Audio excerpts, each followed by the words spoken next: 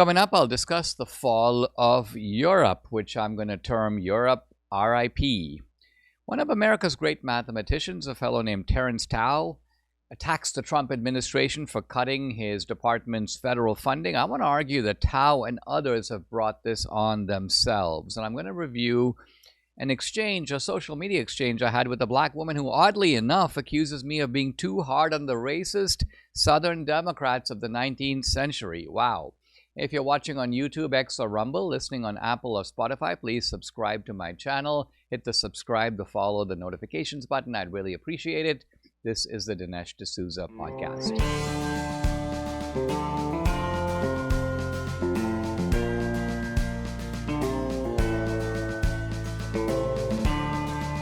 America needs this voice. The times are crazy. In a time of confusion, division, and lies, we need a brave voice of reason, understanding, and truth. This is the Dinesh D'Souza podcast. I talked earlier this week about Cracker Barrel and about its very antiseptic logo that moves away from the traditional logo. And Cracker Barrel is now in damage control mode because their stock has plummeted. I don't think I've seen a single person who likes the new logo, but management is kind of doubling down, but they're doubling down by acting like, well, we wish we had paid more attention to people's sentiment. We wish we had rolled this out in a different way. But they're not retreating to the old logo. They're saying, we're still very traditional in our stores, and we don't, the old guy that we've taken off the logo, we still like him, and his vibe is still to be found in our stores. But guess what? You did get rid of him as part of your logo. I think what's going on here is this is not really just about a rebrand. It's not just about the fact that Cracker Barrel brought in this kind of new team of bespectacled women to be their chief marketing officer, their CEO, and these people had a kind of one of their stress sessions or one of their powwows, and they decided, let's come up with a new logo. It's much deeper than that. It is an LGBTQ infiltration of this entire company, so that they've been getting behind the pride parades, they've been doing the rainbow rocking chairs, they've been doing all kinds of dumb DEI initiatives. So I guess what I'm getting at is that Cracker Barrel is really more in the position of one of these universities, which is to say that the ideology infuses the whole institution. It then expresses itself in something like this terrible logo. And so it's not a matter of getting rid of the logo. It's like saying to Harvard, listen, change your logo or get rid of your new logo or come up with a new symbol for the college. Well, all the rot that is in the college is going to remain. And I think that's what's happening here at Cracker Barrel. They're kind of doubling down and digging in because really this is who they are. Now, Democrats are beginning to realize that this DEI stuff and the whole vocabulary, not just of race-based DEI, but gender-based DEI, LGBTQ, is really making them look like kooks. And so apparently there's a group, a Democratic group, that has come up with a list of words that Democrats should not use. Let's go through this list. They shouldn't take the word violence and attach it to something else, like environmental violence. That's out. Nobody knows what that means. They should stop saying it. Dialoguing, bad word. Triggering. Well, actually, this is one of the left's favorite words. I'm triggered. Othering, which basically is the idea that you're sort of making someone into the other.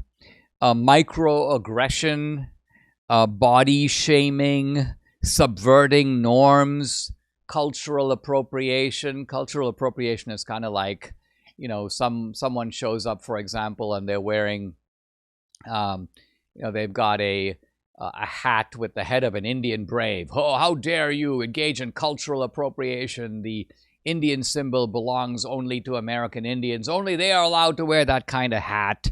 This kind of stupidity. Again, the left has been pushing it, and not just engaging in it, but trying to inflict it on the whole society. Existential threat. I think that the reason they want to give this one up is that they've been warning about existential threats with the same enthusiasm of fundamentalist preachers warning about the existential threat to the world. The world is going to come to an end in 1983. This is basically the mantra of the climate change movement. And nobody sees these existential threats. Where's the existential threat to the climate, to democracy, to the economy, blah, blah, blah.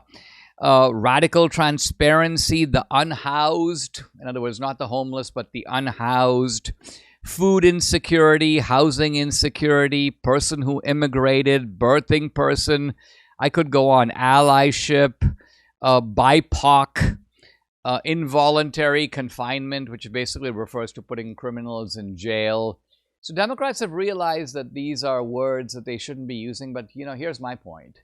The point is not the vocabulary. The Democrats are acting like if we can only amend our rhetoric, if we can only change our words, our message is going to resonate. Well, what if the problem is not with the words, but with the message itself? I think that may, in fact, be the real problem. All right. Let me talk a little bit about Kilmar Abrego Garcia.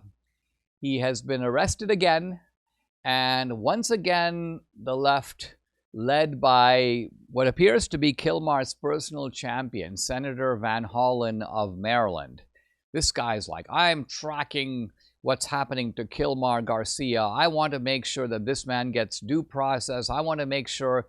I'm thinking to myself, well, this is so strange. You are a U.S. Senator. You have gone down to El Salvador to have margaritas with Kilmar Garcia. You seem to be following this guy's progress.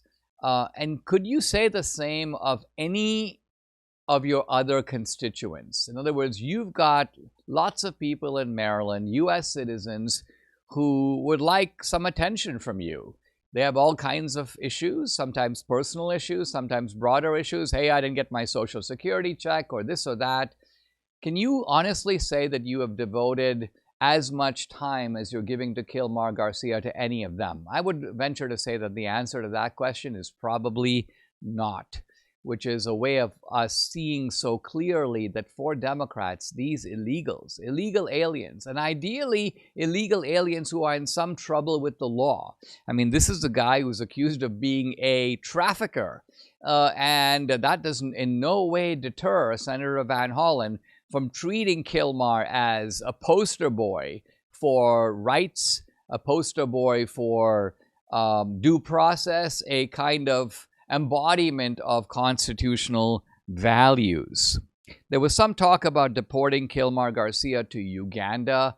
I mean, that would be a very interesting and strange twist. I mean, this guy belongs, he's from El Salvador.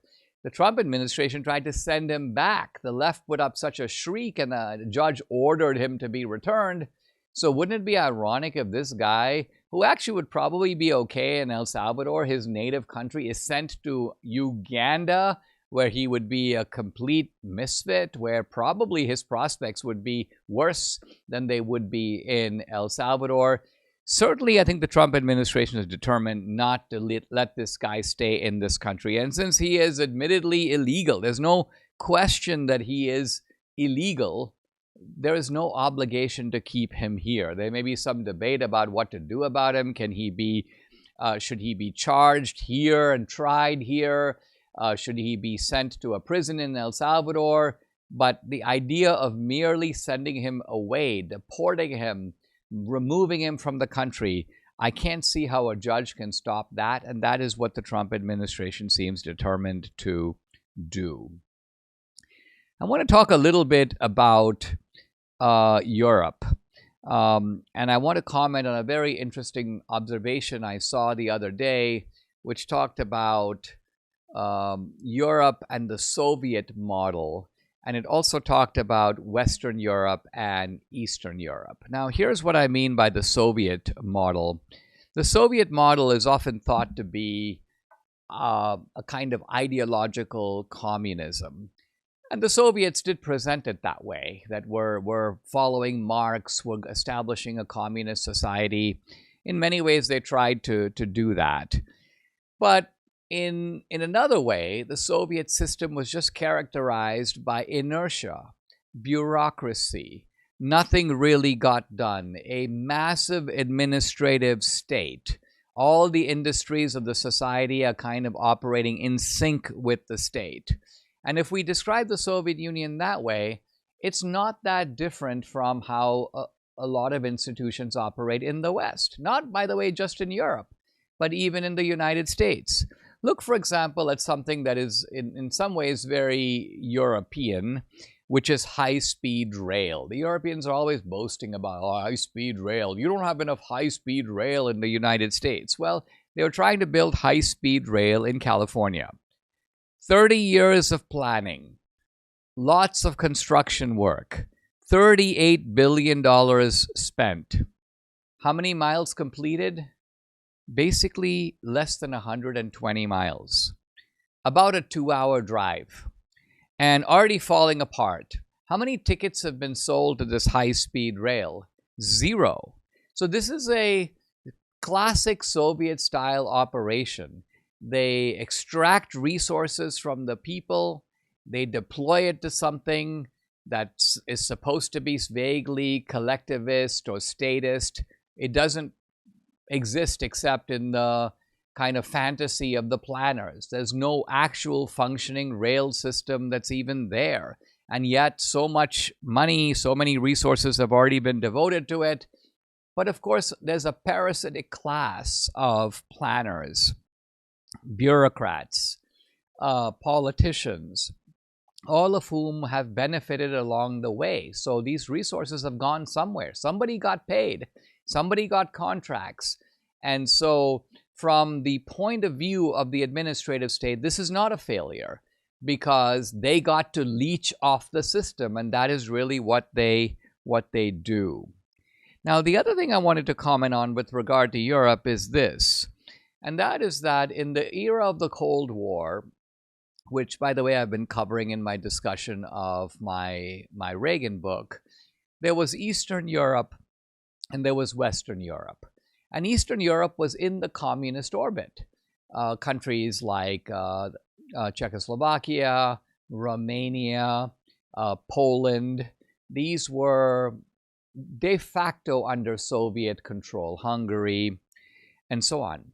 Western Europe was Britain, France, Germany, meaning West Germany. The capital, in fact, of Germany was not Berlin, as it is now. It was Bonn, which was in West Germany. Berlin was on the East German side. But in many ways, if you fast forward from then to now, then, in the past, Western Europe was seen as modern, developed, and Eastern Europe was seen as Soviet, which is to say static. Nothing happens in Eastern Europe. And the Eastern European model was believed by many to be an extension of the Soviet model and therefore intellectually and operationally bankrupt.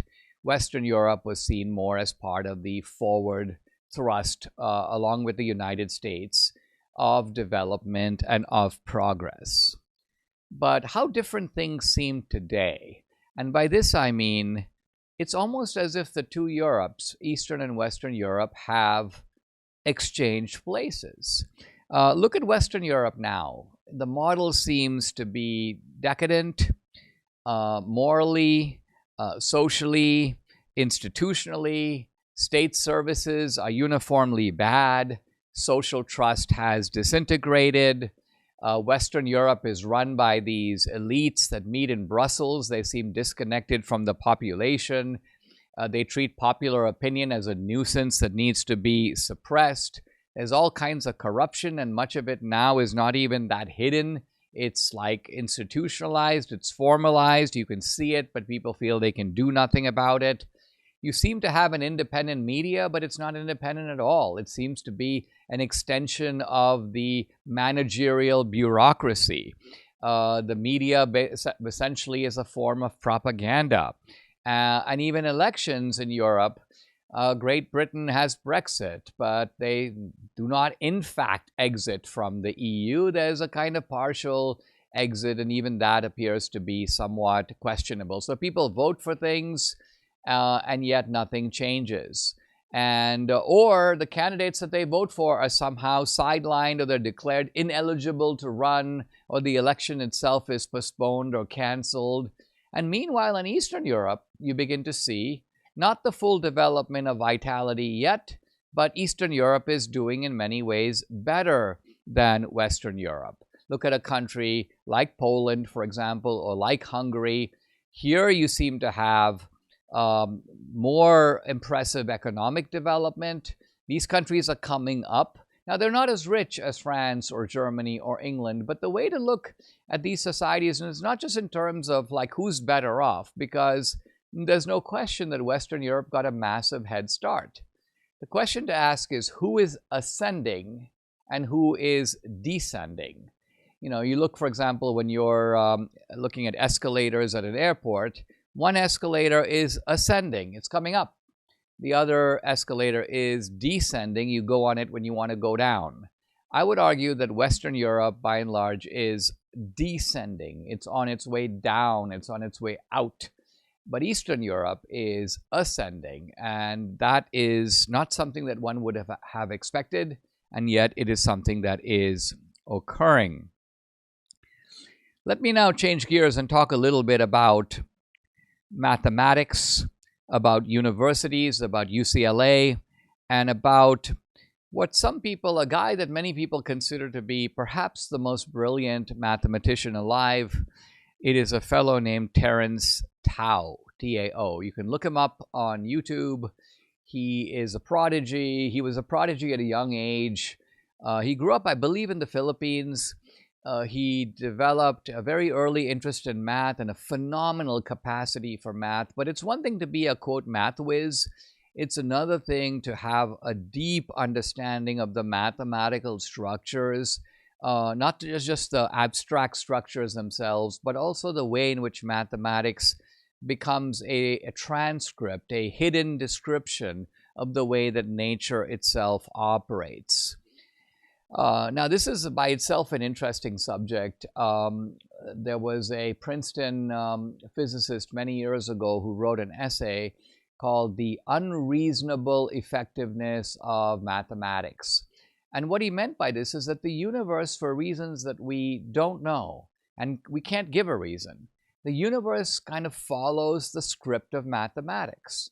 There are all kinds of things, the motions of the planets, but that's just one example, that follow mathematical laws that can be described in terms of equations and described in terms of formulas. The formulas, in other words, are not just formulas in the mind, they describe the world in which we live. And why is that? Well, there is no reason, or at least there is no secular reason. I guess one reason one could give is that God is a great mathematician. God designed the world according to a kind of mathematical plan. So the greatest of mathematicians try to figure out what is the mathematical underpinning of reality itself. Anyway, you've got this guy, Terrence Tao, and he is these days a professor in the Department of Higher Mathematics at UCLA. And the Trump administration has cut funding for a lot of these universities, including UCLA, and including for his program. And so here's Terrence Tao basically saying that complaining about Trump, saying that he is witnessing, quote, a deliberate dismantling of the institutions that have sustained American science for generations. Now, when I first saw this, I was like, you know what? It looks like the Trump people have really gotten this wrong, it seems, because after all, there's nothing political about higher math. There's nothing political about the kind of work that this guy Terrence Tao does. And then I look into it and I see right away that what's happening is that in this department and with this young guy, Terrence Tao himself, all these people are pulled into political activism. Let me quote Terrence Tao signing an open letter in 2020. This is, by the way, in the wake of the whole George Floyd business. This is Terrence Tao. We are enraged at the everyday operations of a white supremacist society. Complicity with these systems of oppression is deeply rooted in the origins of this country. Wait a minute. Why is a guy who is supposed to be doing higher mathematics engaged in this kind of low-grade political activism? I guess what I'm saying is, if you are a scholar and you want your department to be uncontaminated by politics, you don't want a Republican administration interfering with it, you want to simply devote yourself to the purposes of academia, then do that. But that's not what this guy is doing. What happens with these guys is they want to have it both ways. They sign on to the bashing of the Republicans, the bashing of the Trump administration, the bashing of the founders, America's a racist society, and then when the very people you've been bashing come in and cut your funding, why? Because they don't like the politicization that you have admittedly been a part of, then you start complaining, science itself is being threatened. Well, science is being threatened by you. You are the one who have introduced politics into all this. So my sympathies for Terrence Tao are diminished when I realize that he has allowed himself to be part of the problem. All these years, when UCLA was becoming a propaganda factory, when grad students and young professors were bullying their peers into signing letters, establishing all these systems of DEI that undermine merit and undermine the kind of work that Terrence Tao is doing, did we hear from him? Did he speak up? Did he denounce these practices? Did he call for a depoliticization of his own department? No. He was part of it. He joined the team. Maybe he never thought that a day of reckoning would come, but the day of reckoning is finally here, and in some ways I think he is reaping the harvest of what he has himself, alas, sowed.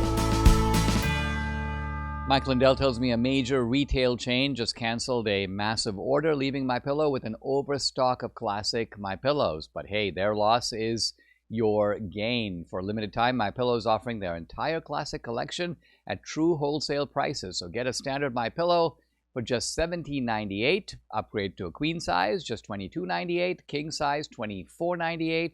You can snag body pillows for just $29.98 and versatile multi-use pillows for just $9.98. Plus, when you order over $75, you get $100 in free digital gifts, no strings attached. That's right, premium pillows at unbeatable prices and bonus gifts to top it off. So don't wait. Call 800-876-0227. Again, it's 800-876-0227, or go to mypillow.com. Don't forget to use the promo code.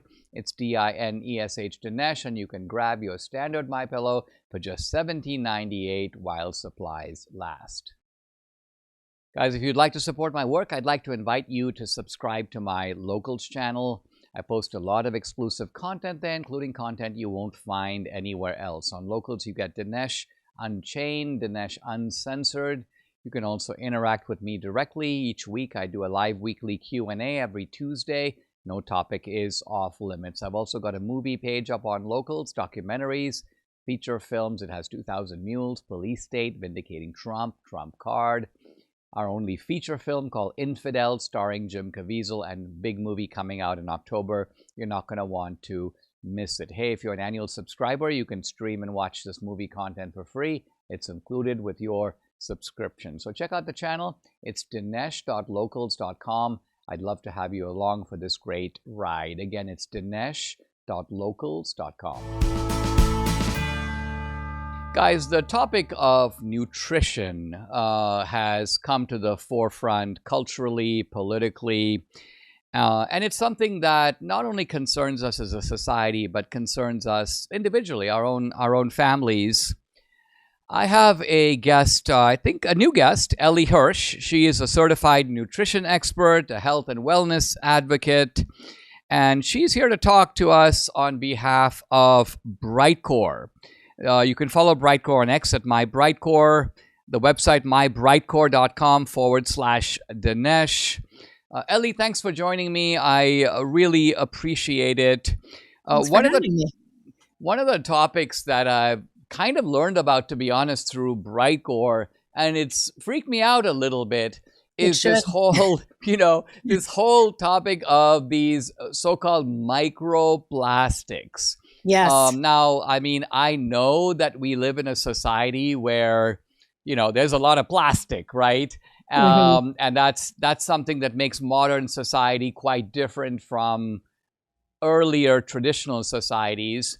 But what I didn't know, and what comes as a little bit of a shock, is the way in which these plastics make their way in micro forms into our bodies. Now, can you begin by talking about how it is that we seemingly ingest or take in so many microplastics? How does that happen?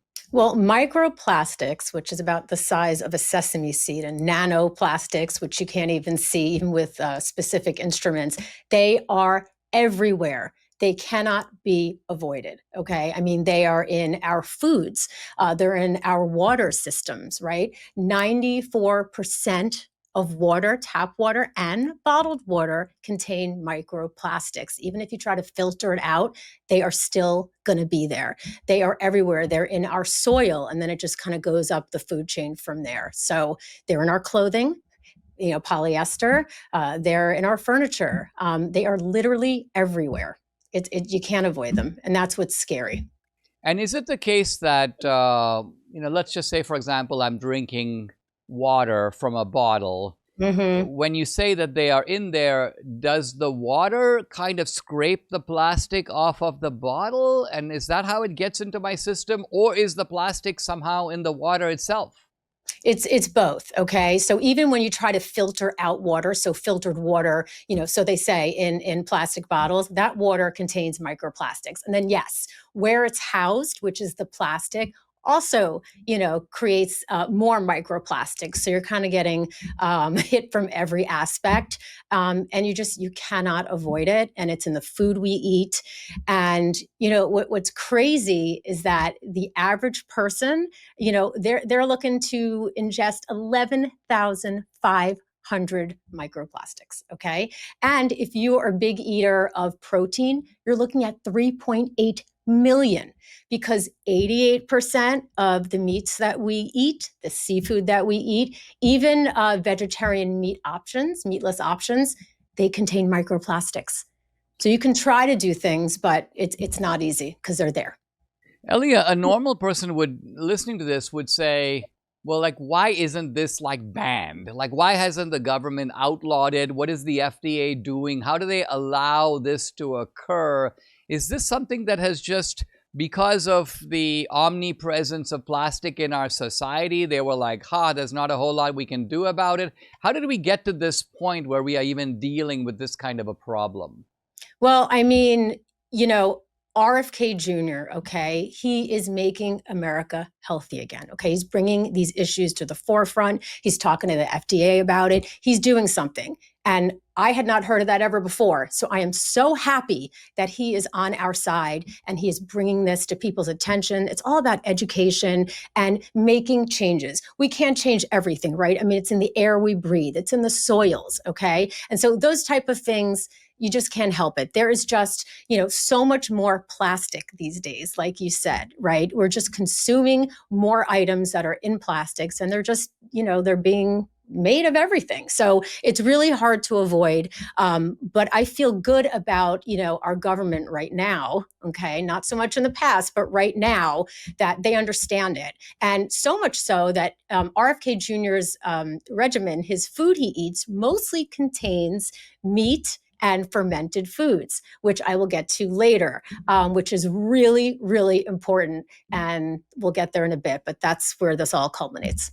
And I think it's worth noting, Ellie, that these microplastics, I mean, not only do they like infiltrate your body, Mm. but they even infiltrate your brain. And now this is like even more scary, right? Because you think of your brain as somehow your mind is somehow shielded off from the rest of your body. Something could be in your stomach, your intestines, but you don't think it has a way of making its way into the thinking organ of namely your brain, but it does.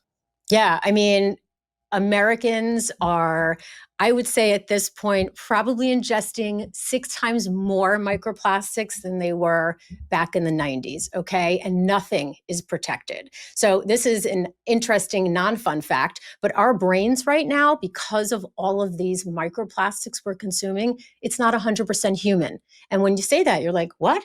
No, it's 99.5% human, but it's 0.5% microplastics. That's what's happening in our brain right now. And that leads to all types of problems, right? So BPA, which is a chemical in microplastics, when that's in your brain, it can lead to brain damage, brain inflammation. It's going to affect your heart. There's so many studies out there with blood clots and microplastics. When there's blood flowing around and the microplastics are floating in there, you're going to get heart attacks and you get strokes. And it is not good for our health at all. Now, in some ways, we think about political solutions for ways to maybe minimize exposure. But I think what you made very clear is you can't avoid exposure, at least not at this point. And there needs to be some kind of strategy that people can take to fight these microplastics and sort of repel them. What is that strategy?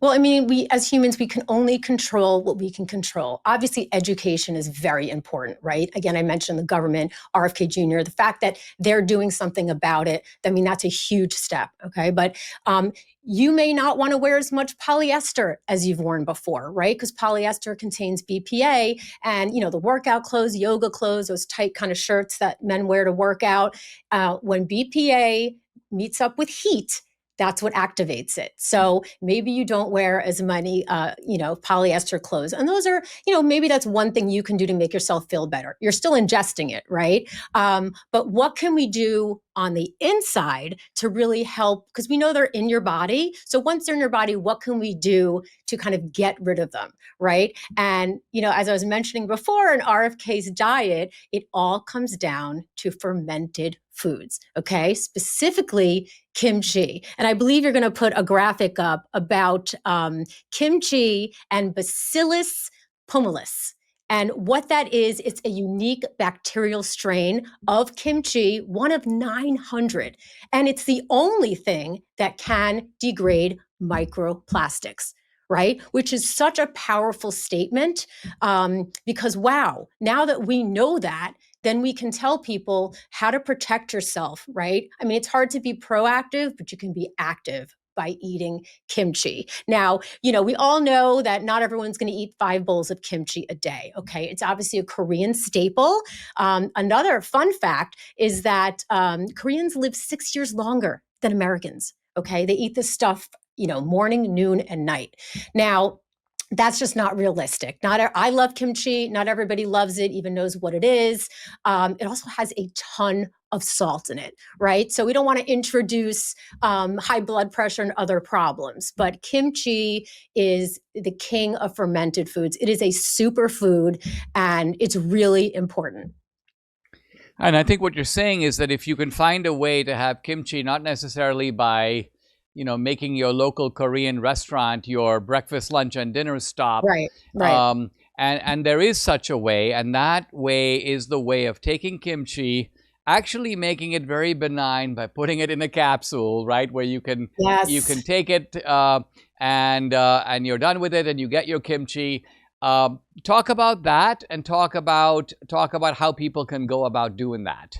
Sure. Well, I'm so proud and honored to be part of Brightcore because, this is something that not a lot of people know about. And again, it starts with education. And there's a capsule that you can take 3 times a day. You get all the benefits of kimchi, not just regarding microplastics, right? But your overall health, because fermented foods are so important.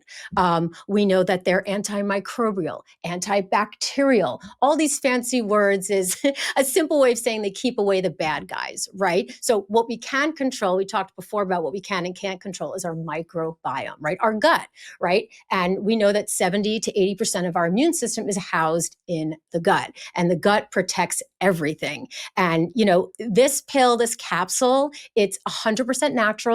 Okay. It's non-GMO. It's made in the USA. And we talked about salt before. There's virtually no salt. We've taken all the salt out. So you really only get the benefits of kimchi, and it's convenient, it's efficient. And like you mentioned, you're not going to sit there and eat 5 bowls of kimchi. Again, I love it. I'd probably do it, but it's just not, the taste. Some people don't like it. So it's just not a staple in our country. But so that's why we offer it. And it's just making changes. The success stories that we have heard from our customers is so mind-blowing to me. And we love to talk to our customers. We like to find out, about their health journey and really help them along the way. And some of these success stories, whether it's obesity, right? Did you know that these kimchi one pills, they are helping people lose weight, okay? Digestion and bloating, they're helping with that as well. The other thing they're helping is better gut health, which we talked about before. That is so important. Everything starts in the gut. Did you know that kimchi is a beauty secret? It's an anti-aging secret, right? Look at me, I'm almost 50. Okay. So when we hear these success stories, and there's one that I'm saving for last that really got me, and, speaking to customers, and when they talk about this, it's emotional because it's so important. So obviously, COVID and all that stuff, we have people suffering from post-vaccination syndrome, right, from the COVID vaccine. So people are having certain ailments and symptoms. They have no idea where they're coming from. How do you get rid of it? They can't pinpoint it. And there is nothing more frustrating when you're sick and you just don't know why or how to cure it. So after they've taken, our kimchi one, guess what? They're gone. So to me, that is the most amazing success story. And the proof is in the pudding. Studies show it. There's no denying it. Kimchi is a super food. It's the king of fermented foods. And it's something that we need to put in our body, again, not just for microplastics, but overall health. And it's very exciting to be able to offer that. Ellie, one of the reasons I've been pleased to ally with you guys at Brightcore is because you also offer some really good deals to my viewers and listeners. And so let's close out by me turning the mic over to you to give us Brightcore's latest offer that people go, you know what, this has so many benefits. We started with microplastics, but gee, if along the way I can lose some weight, and along the way I can improve my skin, and along the way I can deal with some other issues I've got, wow, why would I say no to this? But let's make it attractive for our viewers and listeners.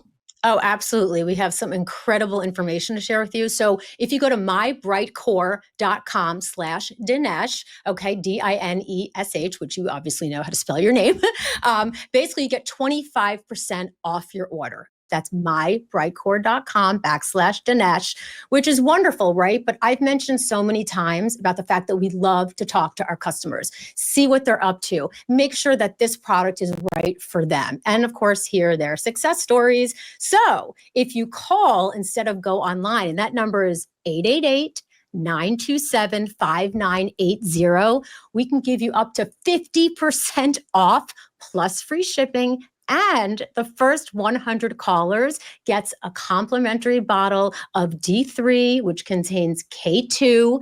And I mean, you heard it right there. The number again is 888-927-5980. We cannot wait to talk to you and hear your success stories. Guys, it makes sense to call. That's how you get the bigger discount. And I've been talking to Ellie Hirsch, certified nutritionist with Brightcore. Ellie, thank you very much for joining me. You're welcome. Thanks for having me. I want to talk to you about an interesting exchange I've been having on social media, actually on the X platform, with a Black woman who has faulted me for being an uncritical champion of Lincoln, and also for bashing the South. According to her, I am faulting the South because of the history of racism in the South and the history of slavery in the South. And I'm also faulting the Southern Democrats for being racists. Now, all of this may seem like, wait a minute, what's the controversy even about? Isn't Abraham Lincoln the founder of the Republican Party? So celebrating Lincoln would not appear to be a very odd thing to do by someone who is, in fact, pretty much of a lifelong Republican. Moreover, isn't it a fact that slavery was, in fact, the whole plantation system was, in fact, Southern? We're not talking about just slavery, because there was slavery going back to the time of the founding. All slavery was legal in all 13 of the original states of the Union. But at that time, slavery was kind of small scale. It wasn't until the invention of the cotton gin around 1791 that slavery began to expand into an elaborate system of plantation agriculture using very often large numbers of slaves. And you had some of these plantations that were just absolutely huge, involving not just tens, but hundreds, and in some cases approaching, certainly in South America, thousands of slaves. Now, this did in fact occur in the South. The predominant party was in fact the Democratic Party. So what really is this controversy even about? The Southern Democrats, and this is where I think this woman is going with this critique of me, is she says the Southern Democrats were the true conservatives. She's defending the Democrats of the 19th century. She's saying that, well, you know, they I guess she says they might have been racist, but that wasn't their defining characteristic. They, in fact, wanted to conserve Southern values. And don't we admire these Southern values, even when we see them today, values like chivalry and values like the kind of ideal of the gentleman, a certain measure of magnanimity, the politeness that characterizes Southern culture, not to mention, for example, the heroic legacy of somebody like Robert E. Lee, who was, by anyone's account, a great military general, and I think in many ways, I'd have to say a great man. And the truth of it is, I accept all this. I am not a critic of Robert E. Lee. In fact, I admire a lot of qualities about Lee, but of course I don't admire the side that he fought on. I don't admire the side of the Confederacy. I don't admire the cause. I think it was Grant who said of Lee that, you know, he was in fact an impressive figure. You could almost be hard-pressed to find a greater man. But then, says Grant, but it's hard to think of a worse cause for which a man could dedicate his life. I think it's important to realize with Robert E. Lee that he dedicated his life to that cause reluctantly. In other words, Lee did not want secession. He did not want war. He felt as a citizen of Virginia, as a person who had all his ties in Virginia, his family in Virginia. He's like, I can't raise my sword against Virginia. So I understand why Lee went that way.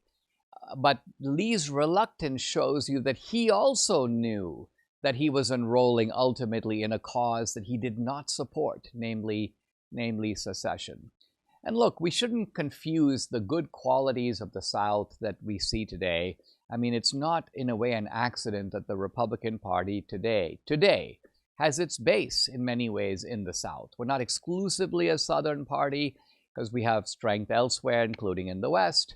But the South is the most reliable base right now of the Republican Party. But it's a reliable base not because of racism, not because of segregation. It's a reliable base because of other things like patriotism and pro-family, and the fact that the South is in many ways a more traditional society.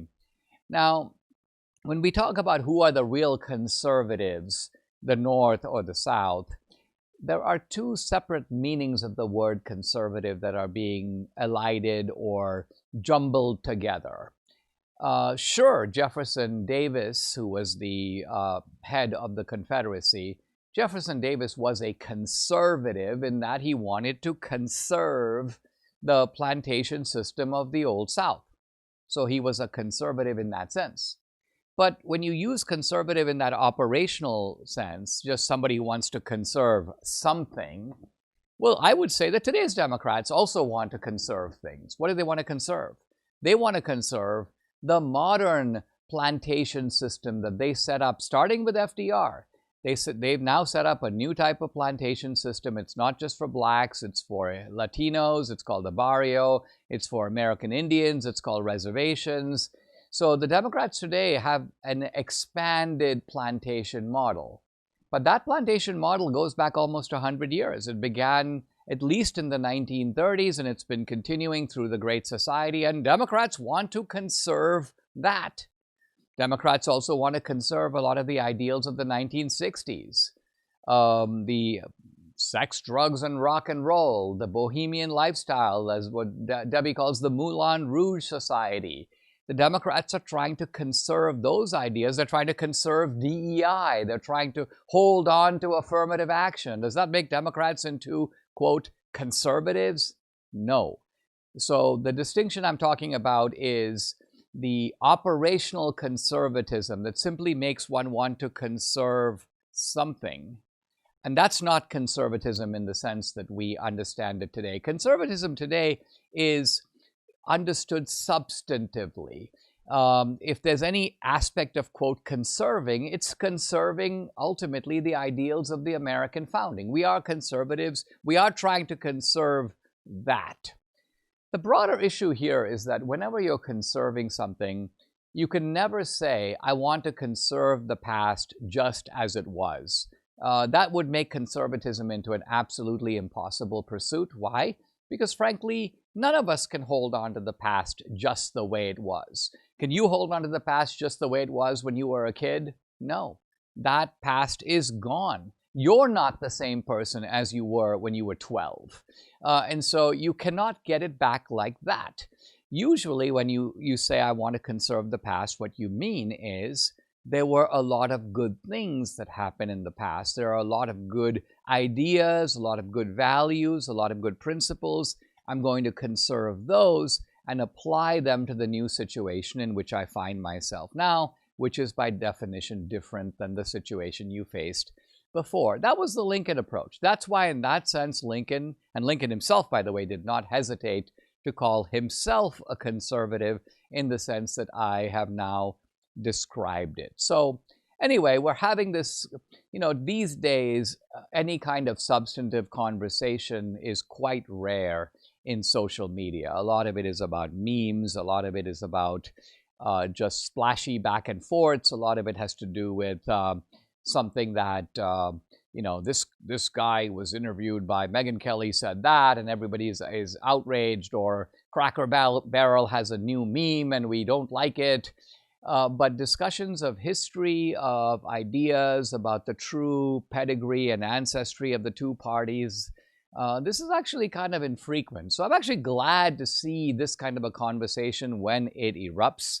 And I thought I would take this occasion just to clarify that, look, when we are criticizing the racism of the Southern Democrats, we're not criticizing the South per se. In fact, my argument is that the institution of slavery was not merely promoted by the Southern Democrats, but it was done with the coordination of the Northern Democrats. At one point, this woman who was criticizing me says, well, Dinesh is falsely claiming that the Southern Democrats wanted to preserve slavery indefinitely. Actually, I don't say that. What I do say is that the idea of preserving slavery indefinitely was, in fact, the central idea of the leading Northern Democrat, one Stephen Douglas. Douglas's idea, popular sovereignty, and if you think about it, what does popular sovereignty mean? It means every state, every territory should decide for itself if it wants slavery. For how long?